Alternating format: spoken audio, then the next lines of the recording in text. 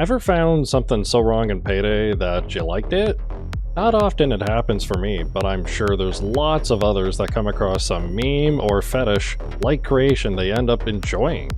These are 5 builds I like that are somewhat of a meme, still satisfying DSOD difficulty I personally like as a guilty pleasure. I'm not going to add much here, but I can provide content faster than Starbreeze attempting to fix what's left or broken on Payday 2. While this game is still plagued with lots of crashing, connection problems, and other issues, hopefully you're playing other games or trying to enjoy this mess. I'll go over the skill points, weapons, and weapon mods as quick as I can, but full details are in the video description. So if you can't click that, I doubt you can click on enemy heads either. Standard Anarchist Zerk setup with the Grom sniper and CR-805 submachine gun. The build that started these fetish ideas is the standard Anarchist 168 sniper setup. Zerk, crits, 1 Joker for Anarchist armor, and Inspire for the team. A well-rounded strong build I've used and showcased several times. The difference here was swapping out the contractor.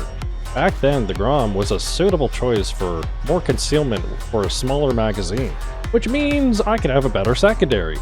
But what if we kept the secondary and gave the sniper a big sight to see? With the Box Buddy scope, I can use this in more long-distance maps, or if I need something more exciting for indoors. While this takes up half of your screen, don't get tunnel vision or you might end up dead from a flank or side angle. The scope does bounce a bit, but the jiggle effect isn't terrible on the gameplay. The crosshair comes back quickly, so it makes it pretty easy to set up for the next shot. Overall, a slight but very fun adjustment for the 168 sniper class. Playing this is easy. Zerk with a Molotov at the start of the match to get that damage gain from Berserker. Grab a Joker by staggering an enemy, shout at them, and convert them for an armor bonus. Then you're all set to snipe heads. Fast swapping Rogue with the AMR-16 rifle and Argos shotgun, or DMR goodness for head clicking. This keeps the game exciting, even more exciting with fast weapon swapping. If Copycat still had that swap speed, we would use that perk. But Rogue still has great dodge values and that swap speed. Even more speed utilizing the Overkill A skill for more damage. Weapons here are high damage, so if you hit your shots, you shouldn't run into ammo issues. We don't need crits on this setup, so we can run high detection on everything. The dodge chance and first aid kits makes it very comfortable to click enemy heads. Even more help with some hostage taker healing and jokers for the team. I really don't like Overkill Ace builds as it is very expensive for extra damage, but this build setup seemed to do alright for me. The Argos has fast, fancy reloading, so use this for shields and to start up your kills. At least this DLC isn't delisted, so no need to worry about this weapon or others in the video. Using this build is simple, just grab 2 Jokers whenever you can for your team. I cannot stress how much value and survival they bring. After that, use the AP round shotgun for anti-shield or to start up your kills. If you don't have the overkill skill active, you need 2 shots on a heavy unit compared to 1 on a light or a shield unit. After that, you have 20 seconds of high damage for the shotgun or the AMR rifle. Just be sure to use hipfire as we're using fire control for the 88 plus 12 accuracy for the 100.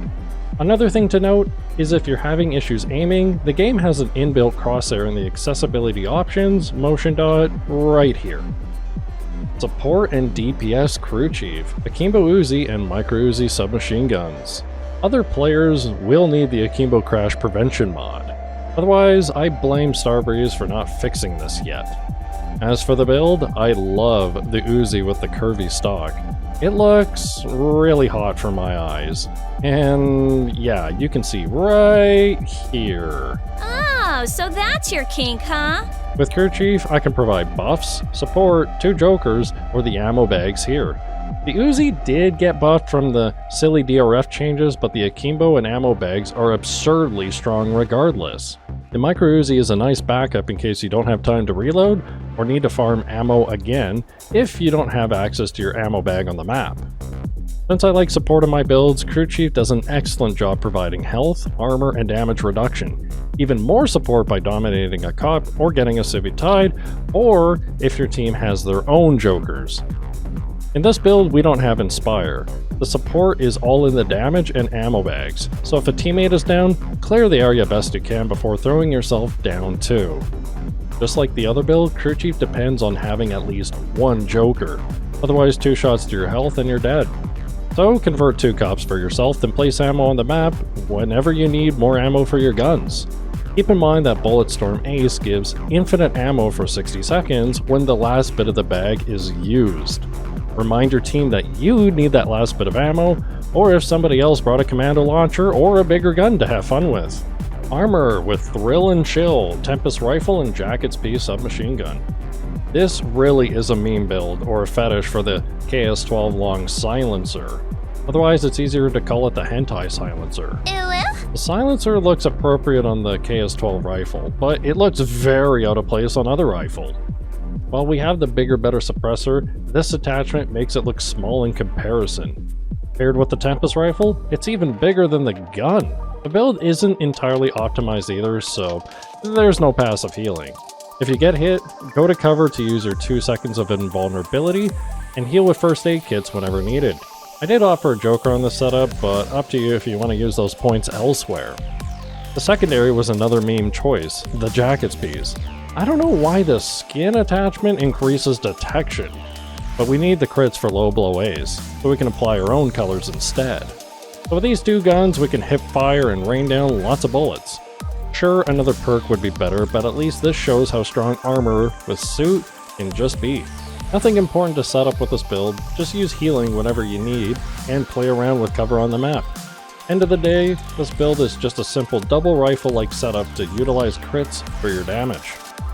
Rook, in this meta, the VD-12 and HE Judge Shotgun. While Anarchist and Armor perform much better with Zerk-based builds, Rook has the advantage here with an easier Rezerk. Since the Flechette rounds need about 90% Berserker damage bonus, and I say about because of the silly DRF changes on the range, the HE Judge can make that a lot easier. Rook doesn't get 2 seconds of invulnerability like Anarchist or Armor does, so when your armor breaks, you can use the secondary to lower your health. Just be careful Rezerking, otherwise you'll go down again. The VD-12 is another great DLC weapon.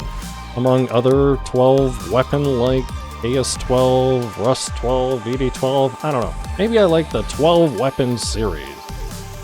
Once you have your Berserker damage bonus, make a kill for overkill to proc, then you can one-shot heavies. Flechette does help with the range on this setup. Rook in this build is also specific with the heavy ballistics vest. Die Hard Ace with Frenzy Ace gives 2-shot heavy armor, making this a great Anarchist or Armor alternative. Just beware of Black Dozers, they can one-shot your armor and destroy you quickly. Thankfully, Crook has a nice small dodge bonus too, and it does come in handy now and again. Setting this up may take practice, but once you're next to cover, have an enemy break your armor, then use your secondary to shoot the floor to lower your health. Once you have around the 90% damage bonus, and I say about 90 because 80% will not work with the breakpoint, then you can start one-shotting heavies with ease. Short, sweet, and hopefully simple. I know I haven't been providing much stuff for Payday, as I covered almost everything in the game. A lot of player interest has died tremendously over the years, and whatever the heck Starbreeze is doing nowadays. I heard something about a subscription? Maybe it's an April Fool's joke, who knows. Hopefully we can get some proper fixes or DLC alternatives from the lost licensed content. As always, I will do my best to help anyone for their games or builds here or on my Twitch channel whenever I'm streaming. So yeah, if you made it this far, appreciate all of you watching this. If we really want to see more Payday stuff, maybe I might update or revisit some guide material. Let me know. Otherwise, thanks for watching and have a good one.